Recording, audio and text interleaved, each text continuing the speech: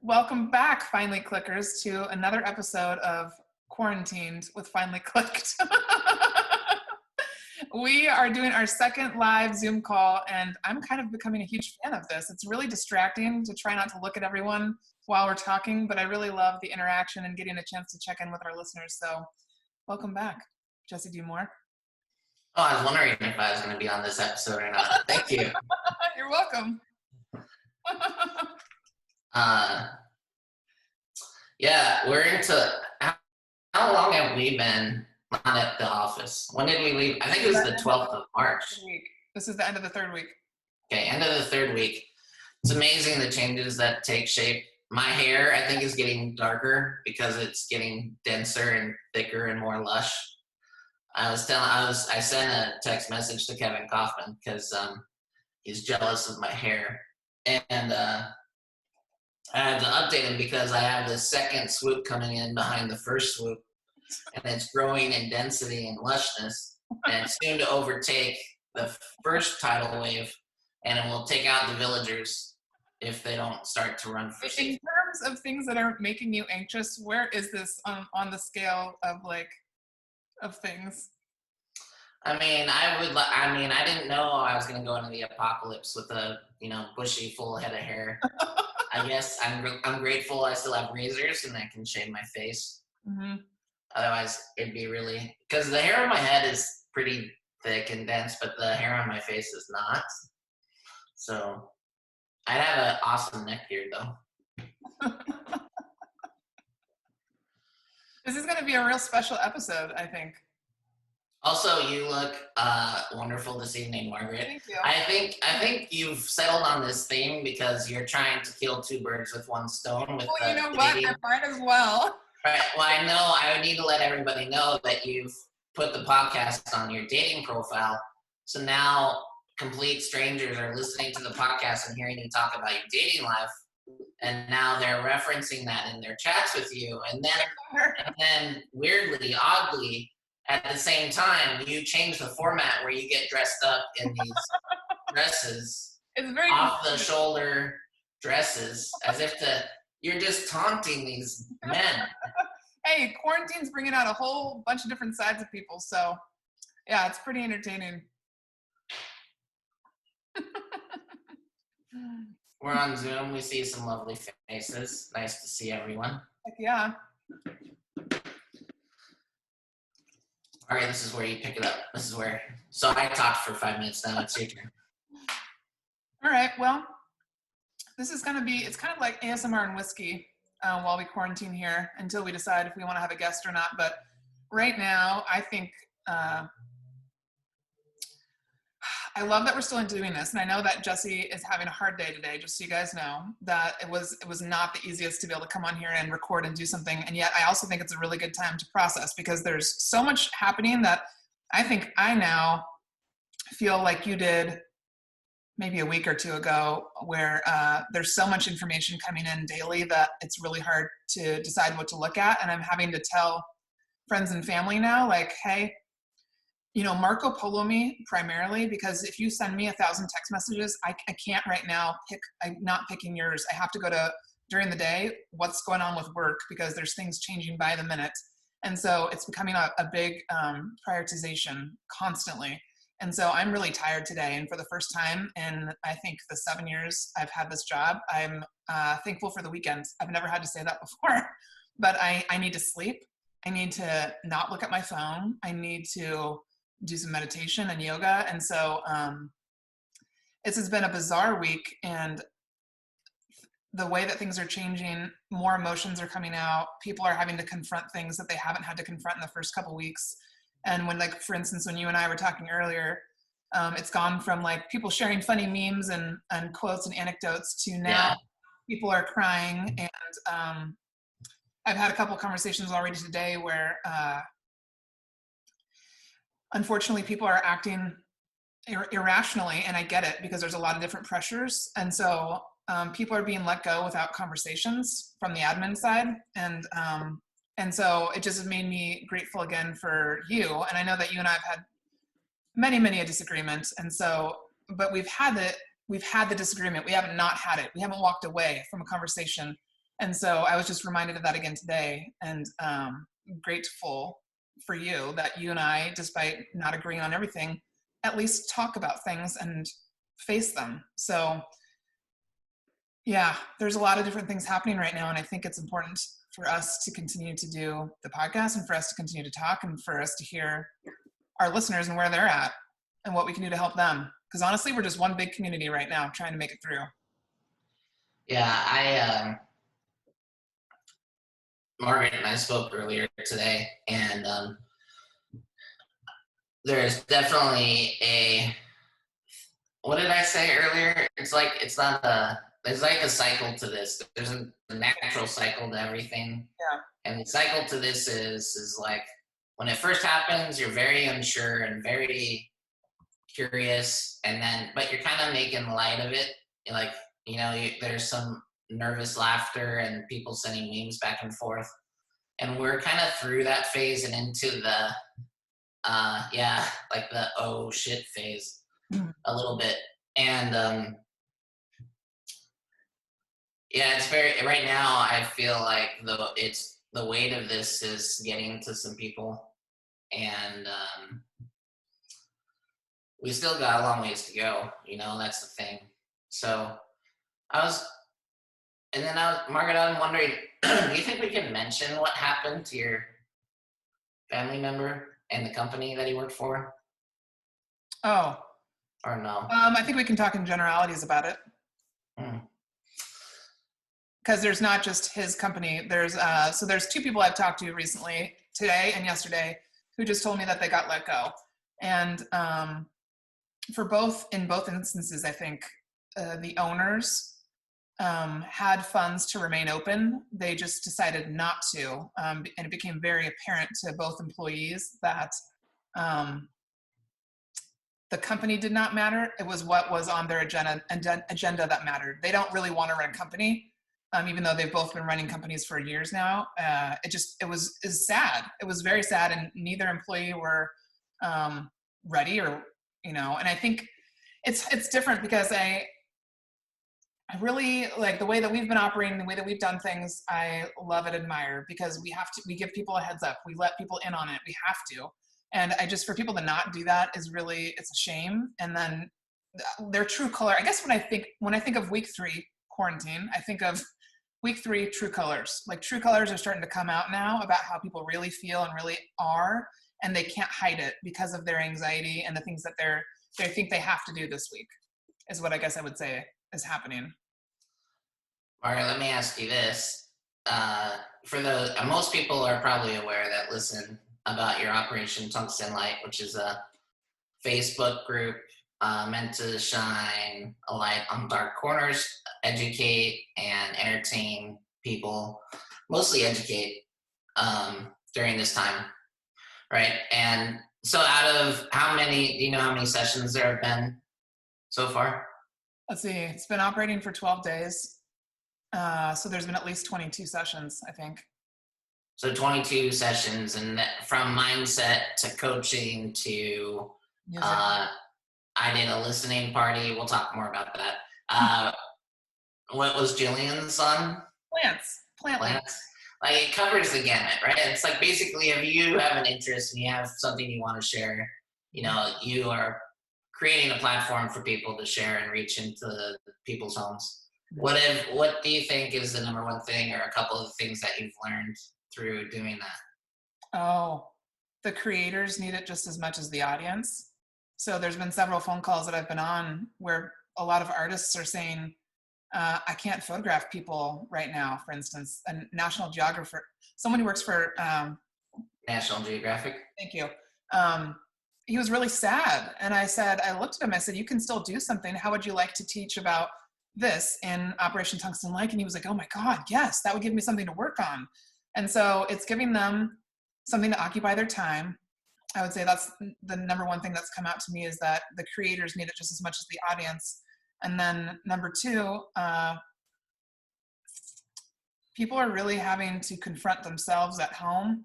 And so some of the topics, especially like Susan Palmer Wood today and last week, and Antoinette Perez, and people have mentioned how this is the time that instead of streaming Netflix for 40 hours in the week. How about you journal for at least one? And so there's a lot of fear around looking inside and spending time in your own head and reflecting. And I think this is forcing people to do it. And so those two topics have really come to light a lot.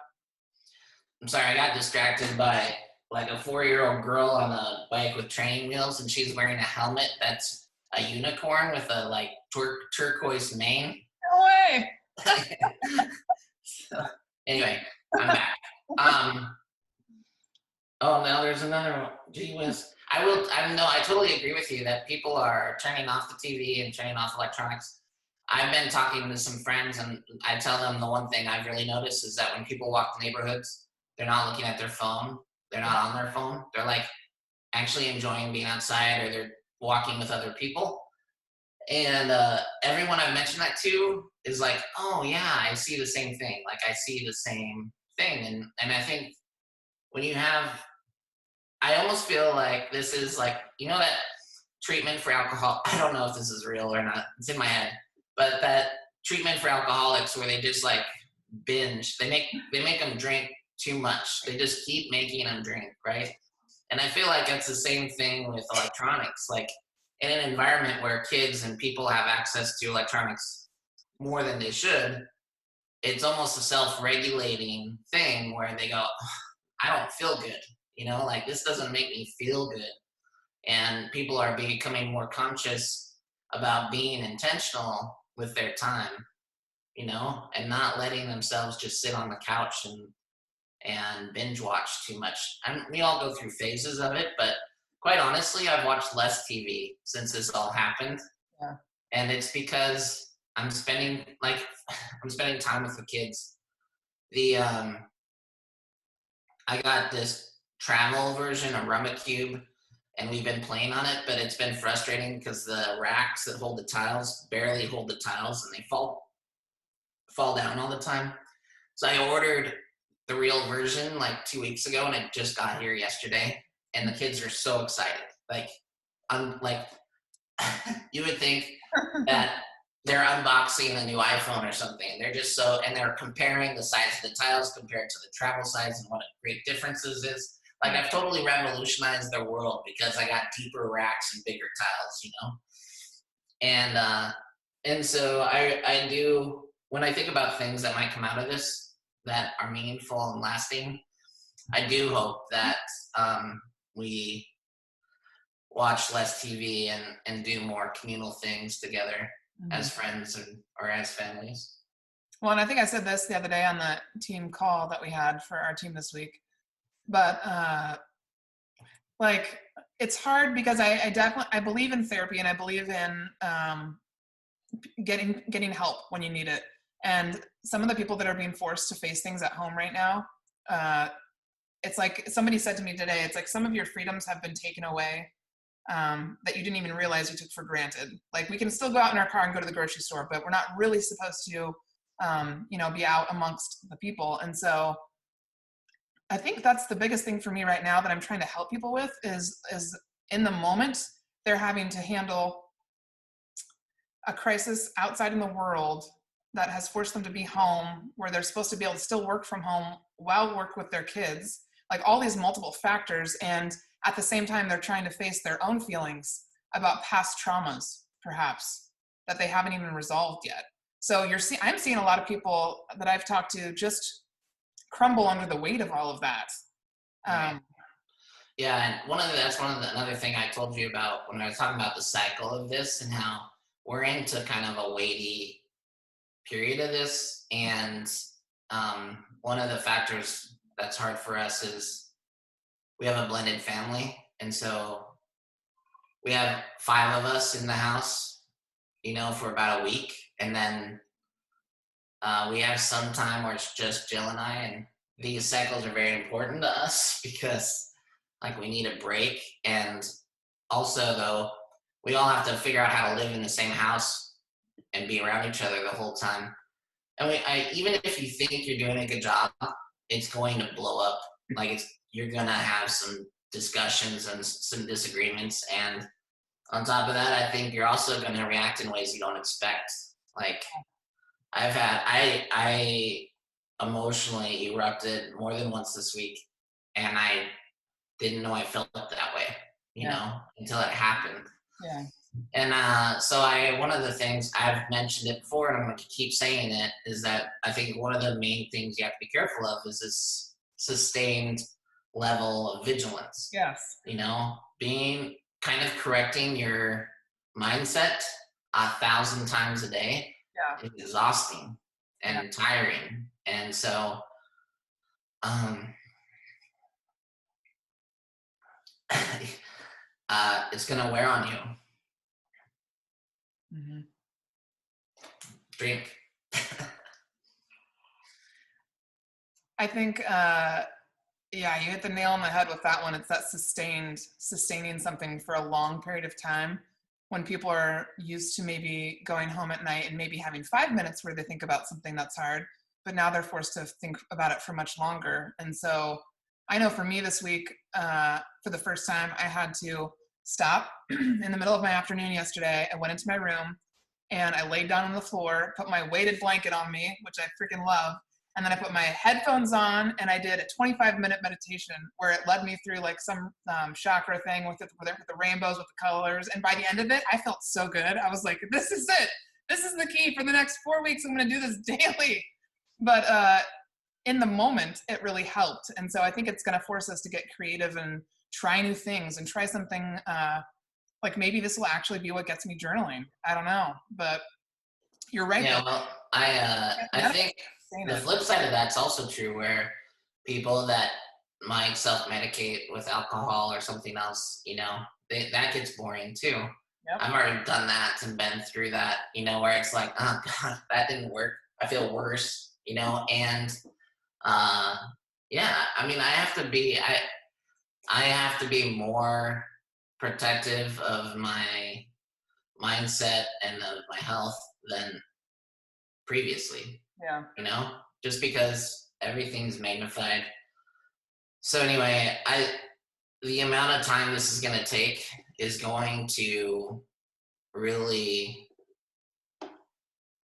shatter some of the methods people have used to cope and not like deal with things head on. Yep. And they're going to end up having to deal with some things head on.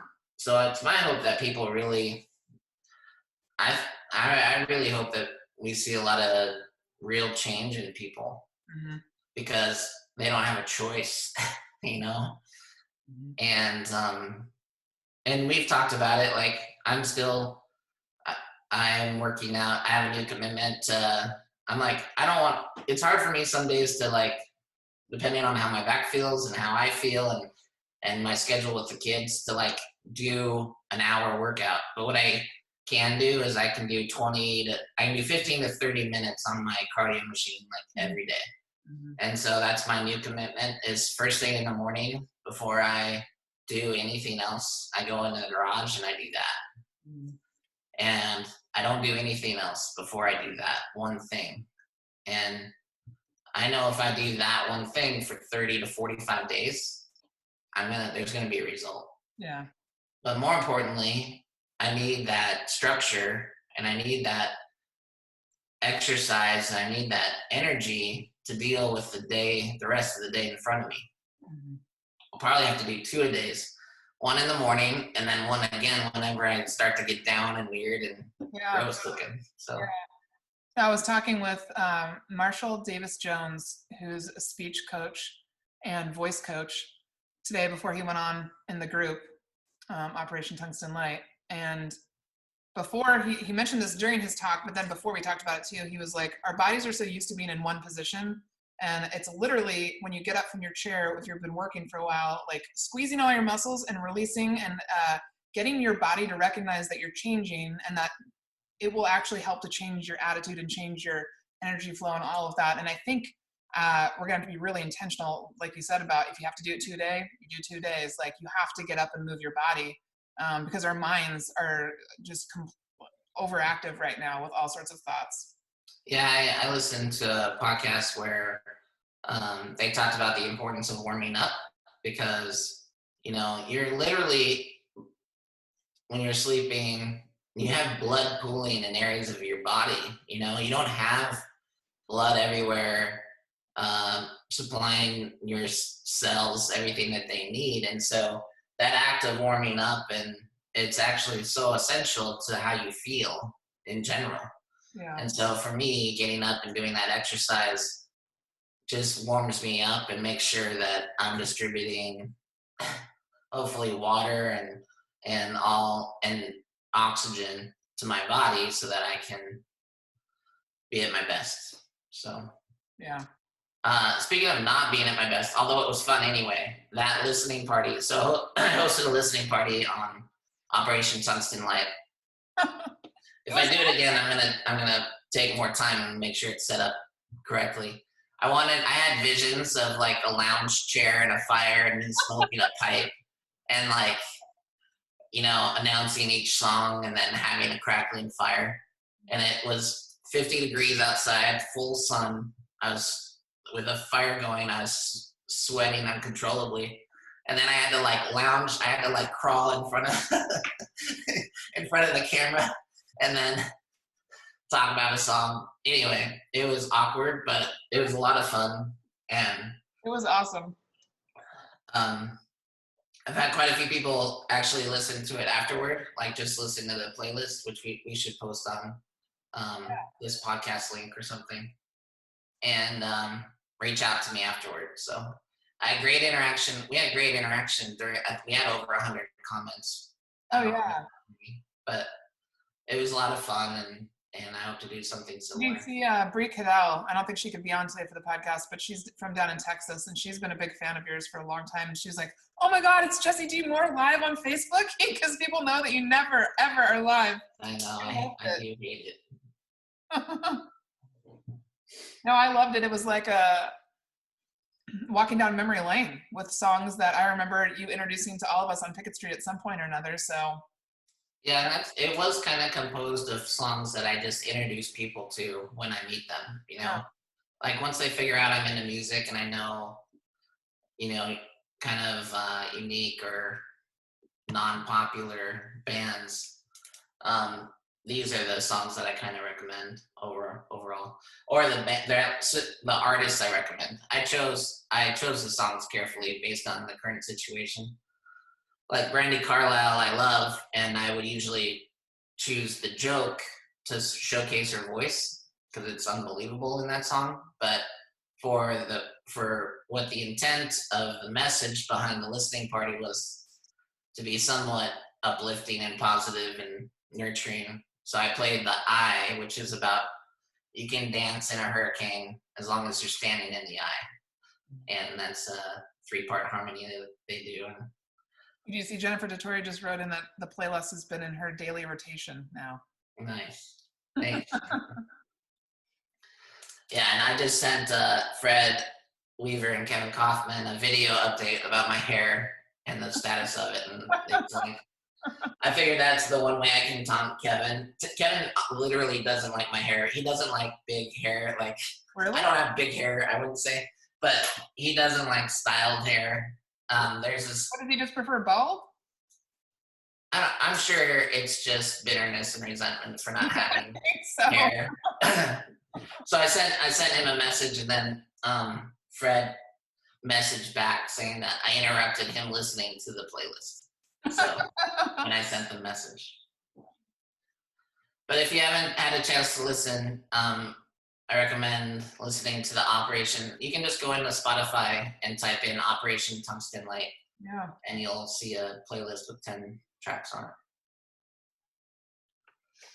And I'm going to tweet at Spotify and at the CEO about creating technology to allow listening parties. Like, I'm realizing what I want to do during this time. I'd love to be a radio DJ for, like, where I do, like, not a top, I wouldn't do, like, top 40 stuff. I'd do, like, deep tracks, right? Where, just like I did, I'd, like, intro a song and talk about what it meant to me or some random knowledge about it. That's a great idea. Well, Netflix is doing their watching parties or viewing parties now, so Spotify should just totally get on board. That's what I'm saying. So I'm going to make it happen. Okay. May not be in this pandemic, but maybe the next one. I think you have time. You ready? I don't know where other people are. I mean, Melissa just got off. She was on this watching us, but oh, there's Kathleen Metcalf. Hey.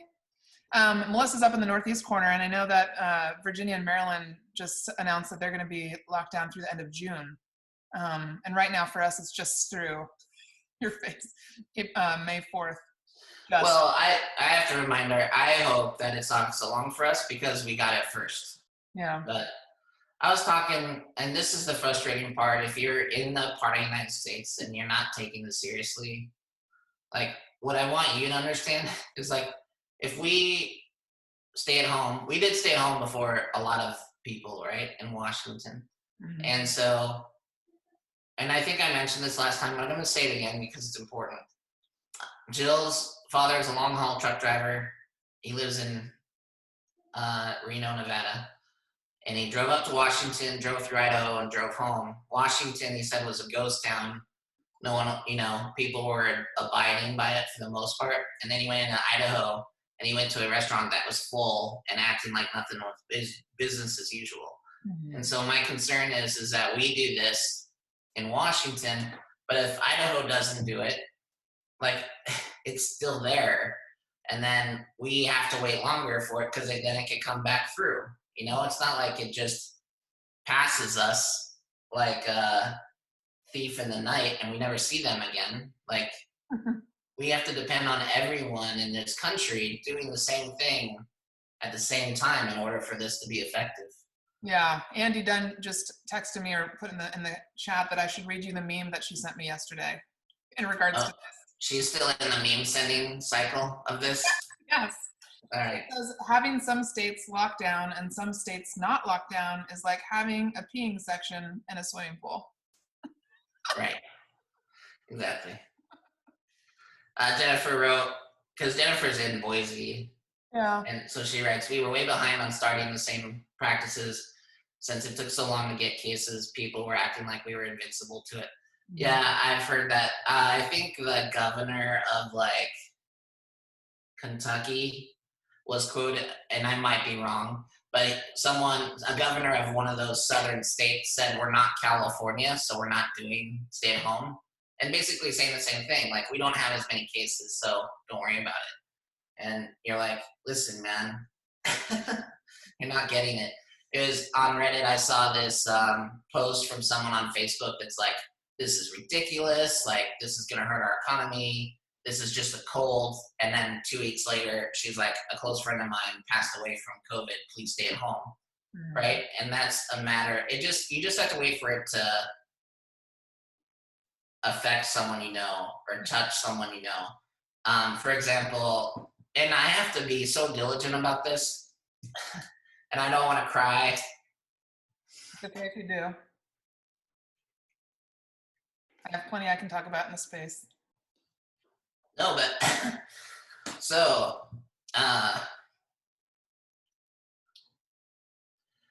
we only have about 65, maybe 7,000 deaths in the United States.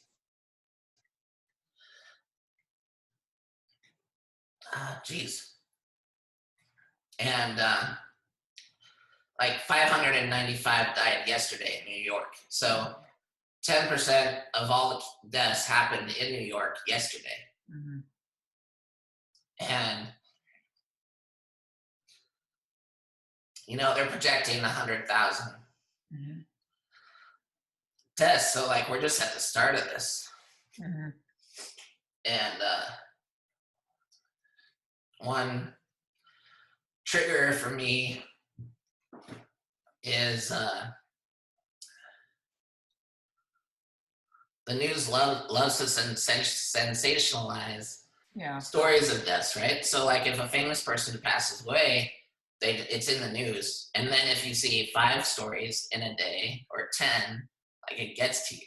Mm-hmm. Yeah.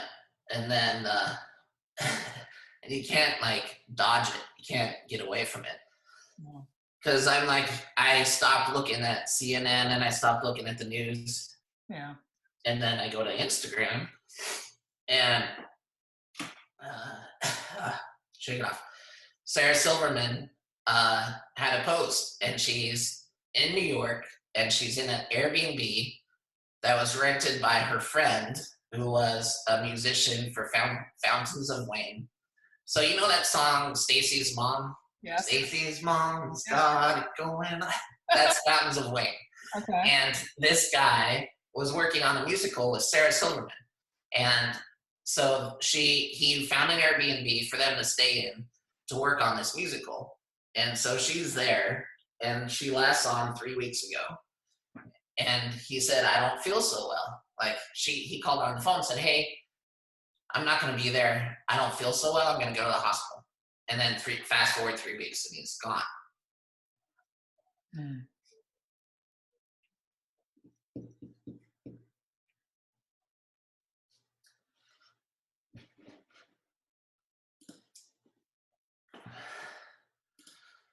So anyway, it's just my point is what I get nervous about is knowing that we're just still like at the start of this, and if it hasn't affected you personally yet, it hasn't affected me personally yet. Like I don't know anyone that has it, and I don't know anyone that's passed away because of it. Yeah. Not personally, right? But there's a good chance that that'll happen. And if you're somewhere in the United States and you're thinking, I don't know anyone that has this and this isn't real, like that is going to pass. Yeah. You will get there. No, it's very true. Yeah, I had my first moment where, I see my parents really often, and but I was on FaceTime with them the other day, and I was all of a sudden I was like, God, I really miss them. Like I want to just give them a hug right now. And Dan and I, my roommate, were going for a walk, and yesterday I was like, just so you know, I actually have pretty bad asthma and allergies. So if something goes down, you're gonna have to take me to the hospital. And then my parents aren't even gonna be able to come in and see me because I don't want them in the hospital. And all of a sudden you find yourself very much alone in a really strange place. And Kathleen Metcalf just put in the comments, the 5 stages of grief are denial, anger, bargaining, sadness, and acceptance. And everyone will go through these stages in their own way, in their own time. And it seems like each state in the USA is going through these stages too. I would totally agree with that. And it also reminds me of something that, as you were talking, Jesse, and Kathleen put that in there, Susan Palmer Wood mentioned on one of her stories, I think on Instagram actually, that one of the best things we can do right now is have constant compassion. Because like you mentioned about that woman on Instagram, one moment it's like, and this was me, right? 3 weeks or 4 weeks ago when we had our podcast, and the retreat was still on, and I was like, this is happening. This is not, Yeah. And then 2 weeks later, I'm like, well, God, it's not happening. Okay. It wasn't even 2 weeks. It was like a week. 4 days. So no, I want to say it was less than 2 days. Like you said that, and then literally the next day, I think we canceled. Yeah. And so understanding that what we see on social media for people is probably going to change on the daily, and having compassion for wherever they're at in that moment is what I'm trying to do. And yet I understand what you say and what you mean about, it's like we see what's happening in our state, and we're trying to warn the other states ahead of time. Like, hey, here's what we experienced. Let's see if we can cut your time in half. Like, how about you start right now? And maybe it won't be as bad. So I definitely feel, that that's very true about the stages of grief. I think everybody's going through different parts of it right now, some worse than others. Yeah, I didn't know I was going to talk about that. Sorry. No, it's not a bad thing. There's a family of 4 playing baseball in the street. This is a street that, I mean, I don't live in it's not busy, it's a neighborhood street, but I've never seen sports played in it. You know what I mean? Like, it's a weird. People are actually utilizing the parks and the streets, and yeah. Well, there's a 65-acre park a block away, but I'm not hating on them. I'm happy to see it, but yeah. It's just weird times. I did see 2 grown men in the neighborhood playing catch, like one house to the other. Yeah. And I was like, man, I haven't played catch in forever. I almost thought about, I don't know where my glove is or anything. I don't even play baseball, but then I got thinking about And then I had to think about, well, can it attach to the wall? Do I have to wear gloves? Please tell me you're gonna put on some plastic gloves before you put on your mitt. Yeah. Yeah.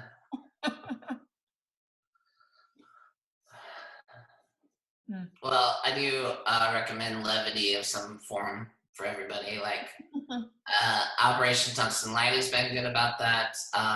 We've been doing, we've had friends over in our garage, like where they don't come inside, but they'll be in the garage, and we have chairs and blankets, and they'll come have a drink, and we'll talk and just try to relate. NG, who's on the call, we did that last week, and we're gonna do it again tomorrow. Yeah. It is a good excuse to just call people and check in on them. And you made reference to this earlier, but there's so much to be careful of and be aware of, and that's why checking on people is so important. Not only for their mental health, because this can all be very overwhelming, but also like some people are not well equipped to handle this, and like there's a lot of concern and fears about domestic abuse situations, where there's just no relief from being around certain people. Yeah. Like if they're in your household. I don't know if your roommate has encountered any of that in his social work, with people where, Oh, 150%. parents aren't used to having, some parents are not equipped to be parents. And then, school is the best thing for those kids. For some kids, that's their only respite from a bad parent. Oh no, they've recently just in the last week, I think there's no in-home meetings allowed. So they're doing all their calls via Skype or FaceTime or what have you. And yeah, I mean, that's the reality of it, is he's coming home between 7 o'clock and 10 o'clock at night, and really, sad and upset for a lot of the kids that he has to talk to. So it is interesting. I feel like more and more people are cooking and looking for recipes and starting new recipes. heck yeah. Jill just went to the store for the first time, which is hilarious because that means I've been going to the store every other time. And for good reason. I mean, Jill works at a hospital, and it's a little more anxious for her to go. Yeah.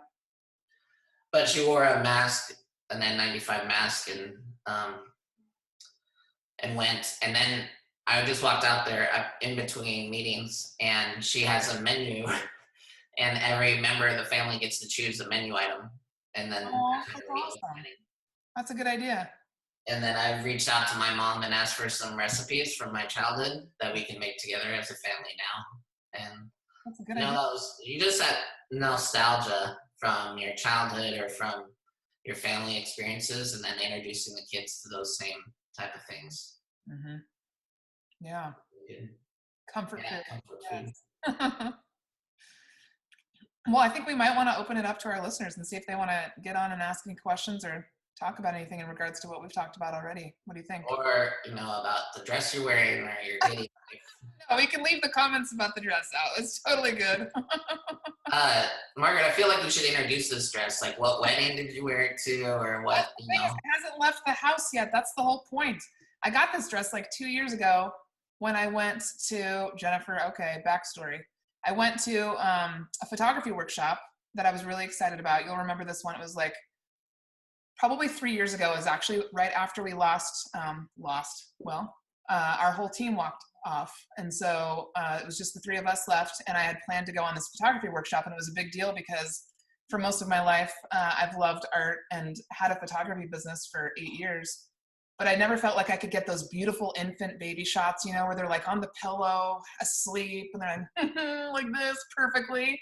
And so I got to go to this workshop in California where they taught us how to do that with newborns and with maternity, and it was amazing. And I remember calling Jesse in the middle of it, and I was crying, and I was like, oh my God, I just got the most beautiful shot of this girl in this blue dress flowing in the wind. And it was like my dream had been made. But in the midst of all that, the dresses that they had the women wear were made by this company called So Trendy, and they were awesome. And I was like, these dresses are not only great for these models, but I should totally get one to wear for like a wedding, like as a wedding guest.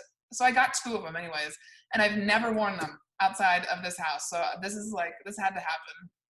I'm not asking you to do this right now, but is this a dress you can stand up in? Because Yeah. last week you wore a dress you couldn't stand Last up in. week I wore a bridesmaid dress from like 6 years ago that I could not button up the back. So I had Andy just, yeah, Kathleen, button the top button so I could sit there and it wouldn't fall. But this one I can actually get up and move around, and I don't, yeah. If Dan walks in, he's not going to see a naked back.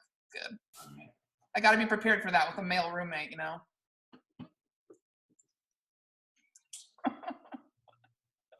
I gotta text Jill's. That's the hard part about this, right? Is like my home office is right by the front door. You watch everything. Well, and so UPS driver is here. All right, I'm going to say if you guys want to unmute yourselves and ask some questions or spark some more conversation, let's do it because it's already full. I have to get up real quick, so. Okay. That's all right. I'll start it. I'm going to switch you guys to gallery view.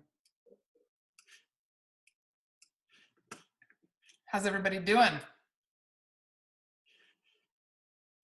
Good hanging People? out on a Friday night. What was that, Kathleen? Good hanging out on a Friday night. Hanging out on a Friday night, yeah. My kids were like, "What are we doing this weekend?" I'm like, "This is it."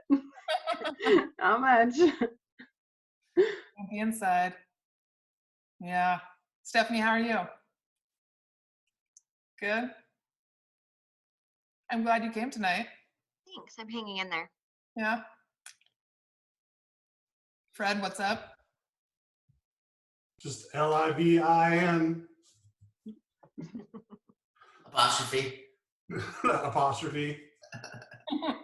You actually just did a PSA in Austin saying, "Stay home, everyone," Okay. because it's not happening there. Yeah.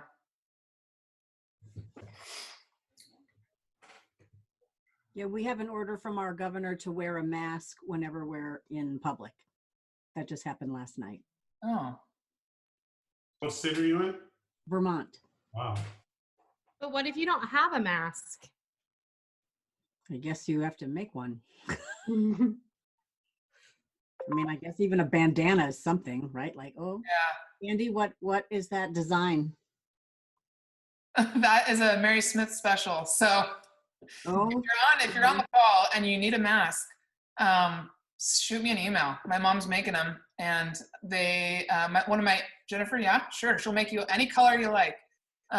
So a couple of my cousins and my brother work at Smartsheet, which is like Excel but online, and they've actually partnered with a couple different federal government agencies, and they created a website for people who need masks and people who are making them, so they can match them up. You can mail them straight to someone's home. how fantastic. It's pretty fantastic, yeah. So there's definitely options there, but yeah, I mean, I know a lot of places here have run out of masks already, and then there's a lot of conversation around, are the homemade masks really that good? Are they no, they're not, but there's something, like you were saying, at least you can wear, if it's a bandana or a shirt or something, it's over your mouth. Yeah. Yeah. Any other topics come up for you guys this week? Like what? Most of the people on the call here are Washington or Idaho. Kathleen's the furthest away. What do you guys feel like this week has been for you compared to previous in terms of emotions or feelings or experiences? Well, I've been last week I was sad, and this week I've been energized to be in solution, but I've definitely dealt with layoffs. Mm-hmm. This week. Last week, the attitude was, yep, we can weather this, we can do this. And 4 days later, I got to let them go. Yeah. So I am in touch with Vanessa Rosenblum at Pro REA Staffing to try to put together a way in which to help people who are furloughed or laid off to perhaps have projects and continuing some sort of education to be able to cross-train. I'm in communication with Jen Stalcup to potentially help the transaction coordinators that don't have transactions that could have other kinds of cross-training. So like, what can we do for people to be able to make use of this time so they can learn and have careers to go to? And talking with employers, I work with the agents about helping them make those decisions and then to execute that in a way that they're proud of. Yeah. That's huge. Yeah. That's awesome. I think that's great. I think one thing I have tried to focus on is like looking for the ingenuity that comes out of this. Right. And so I talked last week about Portland and the strip clubs. I won't do that again. But like there's a restaurant here, an Italian restaurant here, and they have 2 locations. And to keep their vendors going too, what they've offered to do, they put together bags of groceries. So like if you don't want to go to the store, but you want to have a good meal, so they put together bags of groceries and then recipe cards with all the recipes in there. And then so you can cook a great Italian meal at home. And then that keeps the vendors open and gives them business, right? And at the same time, they have some profit involved in how they, monetize that. And I love that sort of creativity. To see that come out of this I think that's inspiring. Yeah. Because I'm trying to do the same thing. Like I'm trying to figure out, okay, like, should I learn origami in these 30 days, 45 days? Maybe I learned how to make, you know what I mean? Like I'm just I'm throwing everything at the kitchen window and just seeing what. Yeah. I love that that the Italian restaurant is doing that.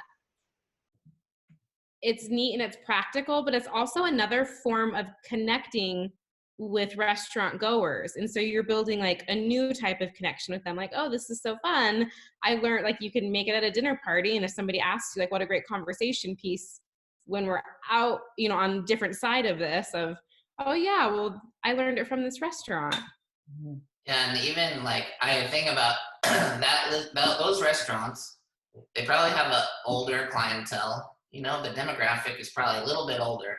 And those are people that they like rituals. They like having the same dinner every Friday night or whatever. And what's cool is like their family members can just go by there and grab these groceries and take it to their parents if they want. Because grocery stores are not ideal places for the elderly to go to. No. And so, yeah, it's smart on a lot of levels. Canlis, which is a famous restaurant in Seattle, did something similar where they kind of had like pop-up shops inside, and then they did grocery bags, and then they did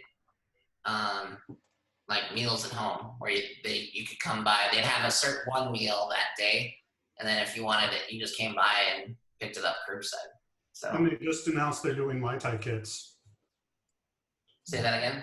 They just announced they're doing Mai Tai kits to go. Mai Tai kits? Yes. So we are seeing bartenders and bars are putting together what's the word I'm looking for? Not disassembled, but Fred, what's that word for food when they do it? Deconstructed. A deconstructed cocktail, right? Yeah. And then where it's all the parts, and then they tell you how to put it together. And they're able to sell. The state has allowed them to sell the airplane bottle shots to go with the drink, with the mix. So down here, you can even do like full-on fits. So they'll like, in Texas, like a gallon of margarita mix with a fifth of alcohol. It just reminds me when I was a kid, I grew up in South Carolina, and there was this convenience store that you could drive through on the back side of the convenience store and get cocktails to go. Coders. But I'm like, how is this legal that like we just have like booze to go all of a sudden? Like it wasn't legal a few weeks ago. I think that's so funny. I know they're not pre-mixed. What? Oh, I've been getting emails from the wineries that we're, a part of, and they are an essential business. I was kind of shocked to hear that, but I'm glad they are. Yeah, the liquor store is the same thing. It's like people are going to try and self-medicate. Well, and if I was, I think I mentioned this last week, but if I was in government, I want the citizens buzzed or high. Like, why would you not?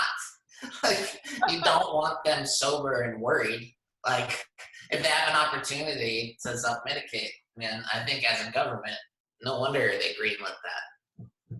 Are the dispensaries open up there? Oh yeah, they're essential. For real. Vacation.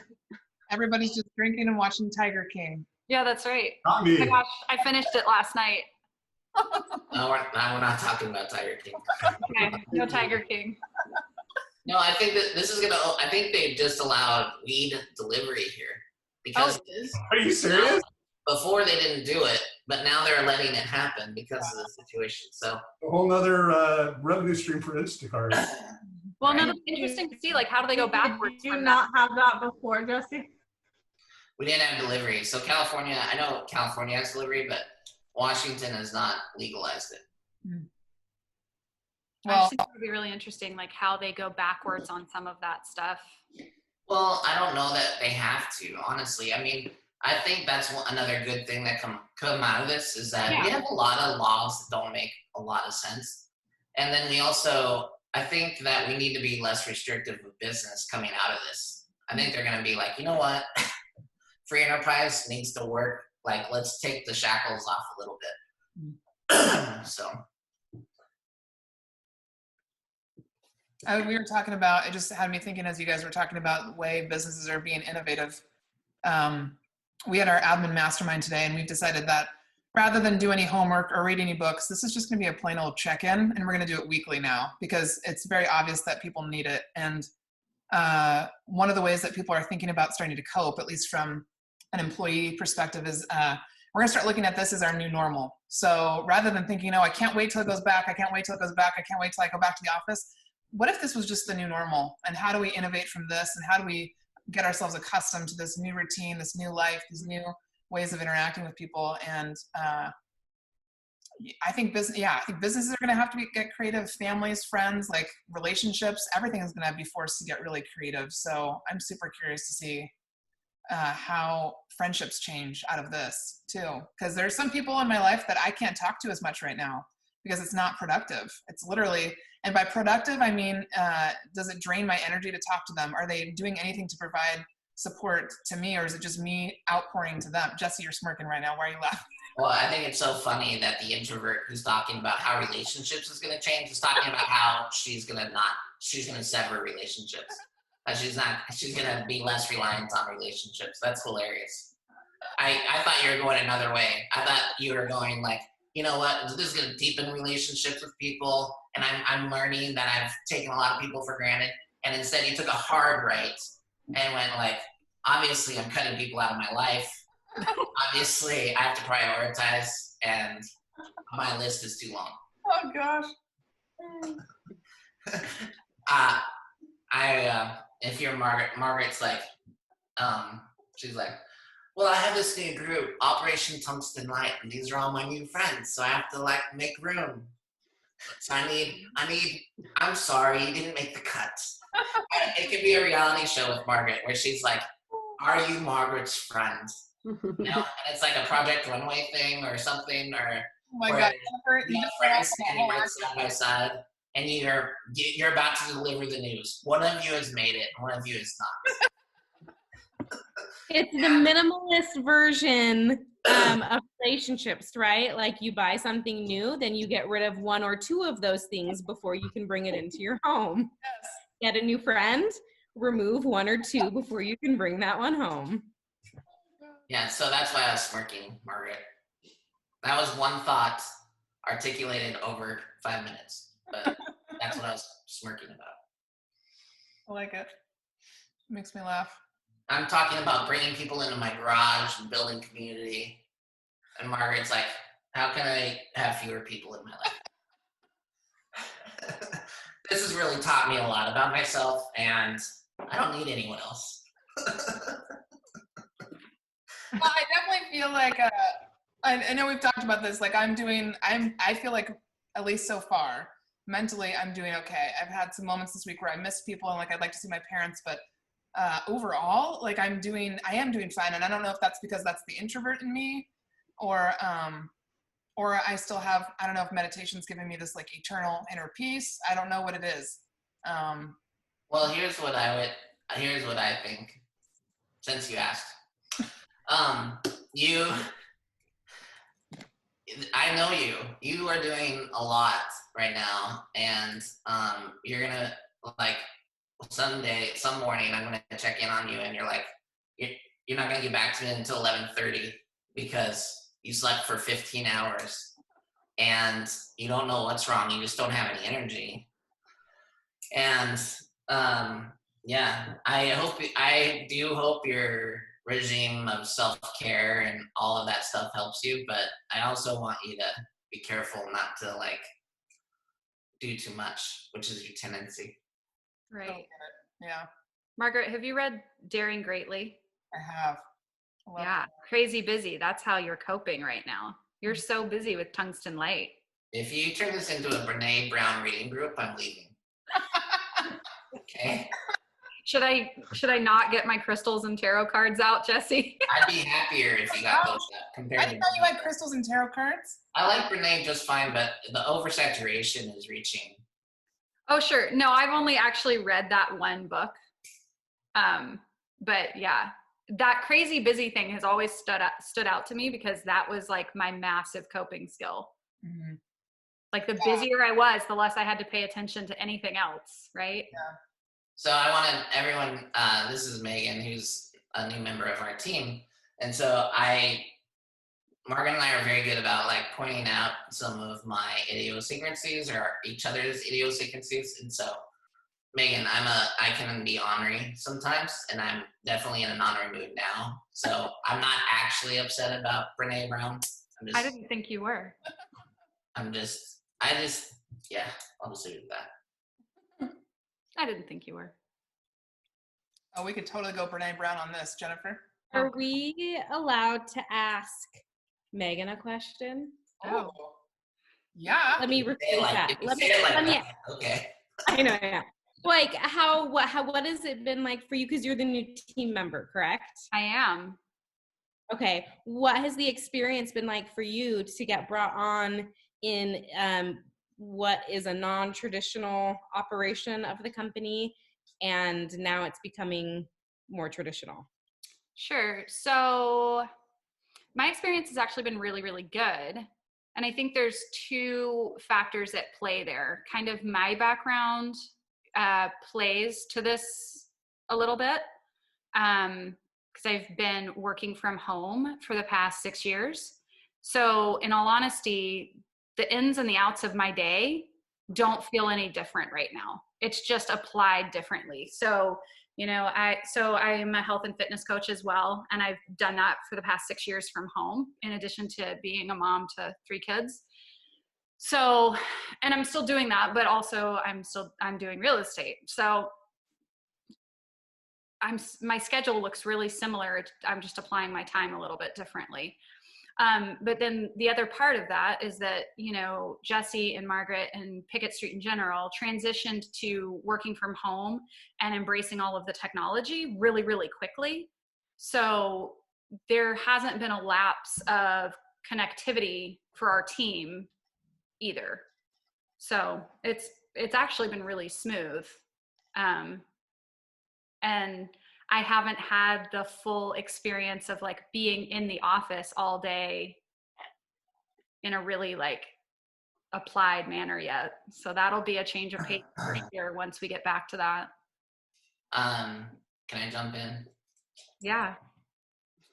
We do a daily check-in with our team at 10 a.m. and it's not mandatory. It's just an opportunity for people that want to hear from other team members or just check in and just have a moment of levity or just maybe share how they're feeling or talk about, we trend towards positivity. We try to talk about good things that are happening no matter what. So anytime anything good happens, we also have a Snapchat group.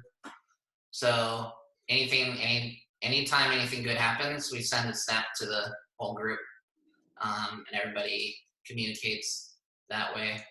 And then using Zoom and Google Hangouts, I've even been able to jump on there and like comp properties and share my screen to show agents how, like, because an agent will ask me, hey, can you comp this for me? And then rather than just doing that and spitting out an answer, I'm taking the time to go and share my browser window so they can view it as I comp it. And then I can talk about it over Zoom with them. So It is, and she hasn't had the typical experience by, like, Margaret loves to like roll out the red carpet on day one. And so Megan hasn't had the benefit of that yet, but it'll happen eventually. And it has been interesting because we've been talking about training her, and Jessica, our buyer's agent, is going to take a lion's share of that.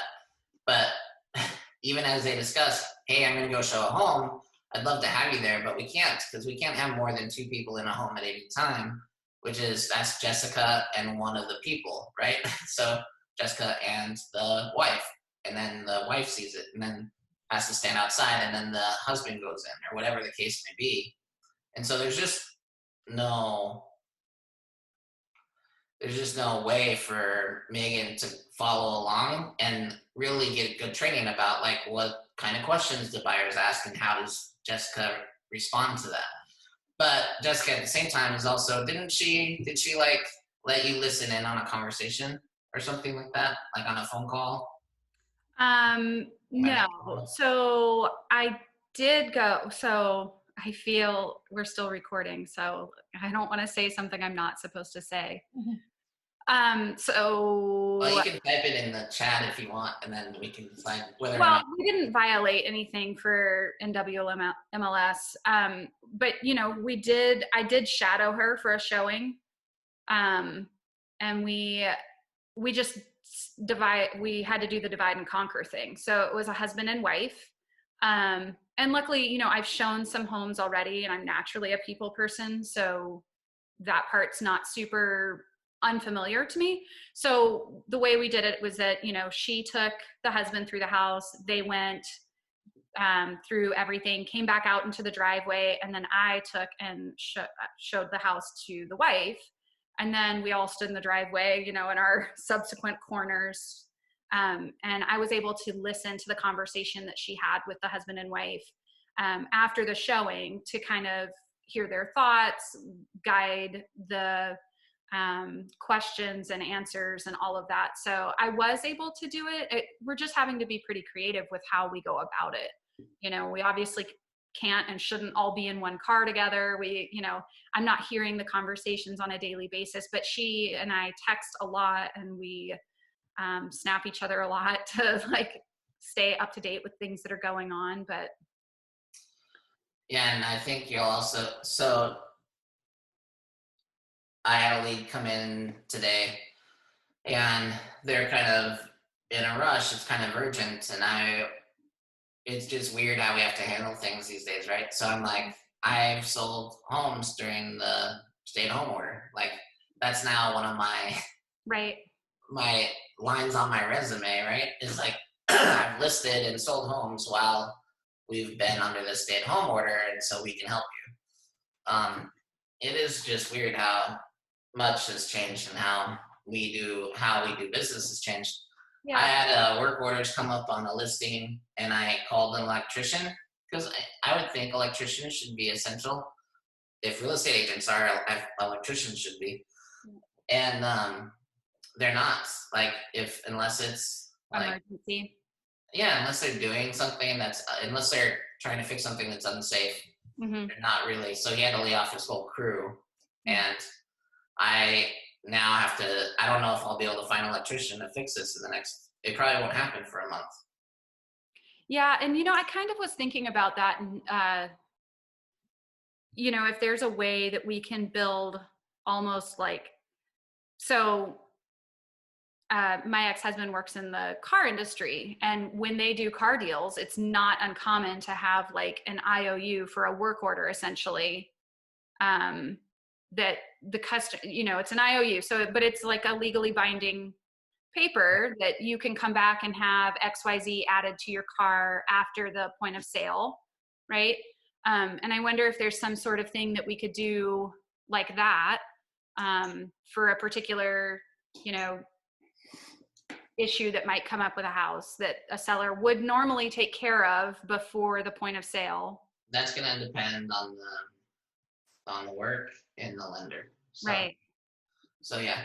I mean, the point is that in general, it's you have to be creative, and there's new ways of doing business. Totally. Yeah.